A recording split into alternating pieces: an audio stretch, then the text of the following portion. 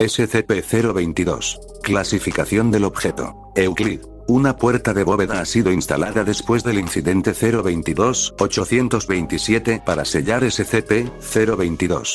Permanece cerrada todo el tiempo, con la única excepción de la aparición de un ejemplar SCP-022-1.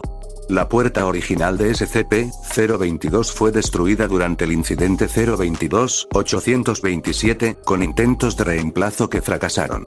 Cámaras de seguridad han sido instaladas para vigilar los casos de SCP-022-1. Cuando se presente un caso SCP-022-1, los sistemas automáticos deben incinerarlo al momento que abandone SCP-022. En ese instante, la puerta de la bóveda podría ser abierta para que el equipo de limpieza ingrese. Si los sistemas automáticos fallan al destruir al ejemplar SCP-022-1, los equipos de respuesta pueden entrar y neutralizarlo. Bajo ninguna circunstancia debería entrar un ser humano a SCP-022, excepto el personal de clase 4 con propósitos de análisis. El personal de clase 4 también puede ordenar capturar y sostener ejemplares SCP-022-1, sin embargo, no pueden retirarlos de las instalaciones de contención de SCP-022. SCP-022 es un depósito de cadáveres en el sótano de un hospital de Gran Bretaña. Hasta los 90s, no se reportaron sucesos anormales en la morgue. Los primeros informes de actividad extraña se recibieron en noviembre de los 80s. El área fue rápidamente puesta en cuarentena por la Fundación, con una versión oficial de que el edificio había sido expropiado.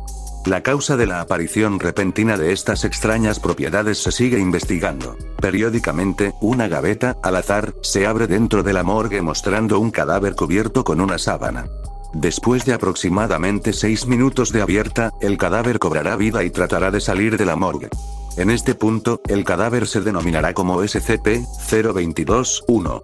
Algunas veces, el cadáver estará demasiado dañado o descompuesto para salir con éxito de SCP-022 e incluso para poder levantarse de la gaveta en que se encuentra.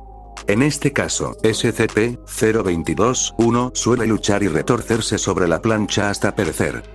Si un ejemplar SCP-022-1 expira sin levantarse de la gaveta, esta se desliza nuevamente al interior, y posteriormente se cierra. Reportes indican que se percibe olor a tejido quemado inmediatamente después del evento. La fuente de energía que da vida a los ejemplares SCP-022-1 se desconoce actualmente. Los especímenes no respiran, comen o duermen, y sus cuerpos no producen calor. Un análisis de un ejemplar SCP-022-1 tras su deceso no ha descubierto presencia de órganos anormales o sustancias químicas. Parecen ser cadáveres completamente humanos. Los especímenes también poseen una fuerza física que supera a la de los seres humanos normales. Aunque pruebas directas han resultado complicadas, los investigadores estiman que su resistencia aumenta aproximadamente 112 libras de fuerza de elevación por encima de lo que se espera de un cuerpo humano en condiciones similares. El análisis continúa para determinar si este efecto está ligado a la fuente de energía desconocida o si se trata de un fenómeno completamente diferente. Cuando partes del cuerpo de SCP-022-1 son separadas, la porción con la mayor masa conserva sus efectos. Las demás piezas se vuelven inertes. La destrucción de la cabeza o el cerebro no neutraliza a SCP-022-1. En su lugar, el torso y las extremidades inferiores siguen teniendo movimiento. La destrucción completa del tejido parece ser el único método exitoso para eliminar los ejemplares SCP-022-1.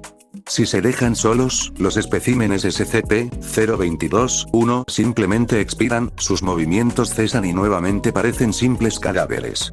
La cantidad de tiempo que esto lleva depende del daño del cuerpo y la velocidad de descomposición, lo cual puede tardar entre 2 días y 3 semanas. Investigaciones han revelado que los organismos que actúan como SCP-022-1 corresponden a la descripción de cadáveres reportados como robados en morgues de todo el país. La forma en que se transfieren se está investigando actualmente.